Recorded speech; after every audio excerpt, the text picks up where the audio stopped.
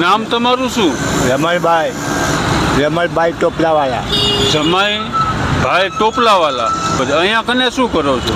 બોટલા વીણું, bottle પાણી. Bottle વીણો પાણીની. આવી કેમ હાલત છે?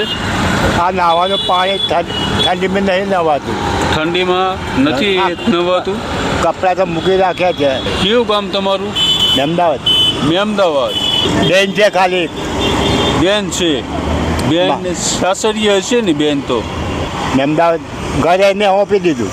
ઘર એમને સોંપી આપી. મા બાપ ગુજરી ગયા. છોકરા કે એવું કોઈ તમારે છે નહીં? બૈરી હતી ના લાયક હતી બગાડી દીધું. એવું હતું. રાધનપુરના. પણ આપણે વિનંતી કોઈ ના કરે ને. હાથ પગની હા, એ હાલત જ તો હું તમે જો. આજે એ જ વિચાર કર્યો છું. આ ઠંડીને લીધે નહીં નવાતું. તો હું એક આશ્રમમાંથી આવું છું.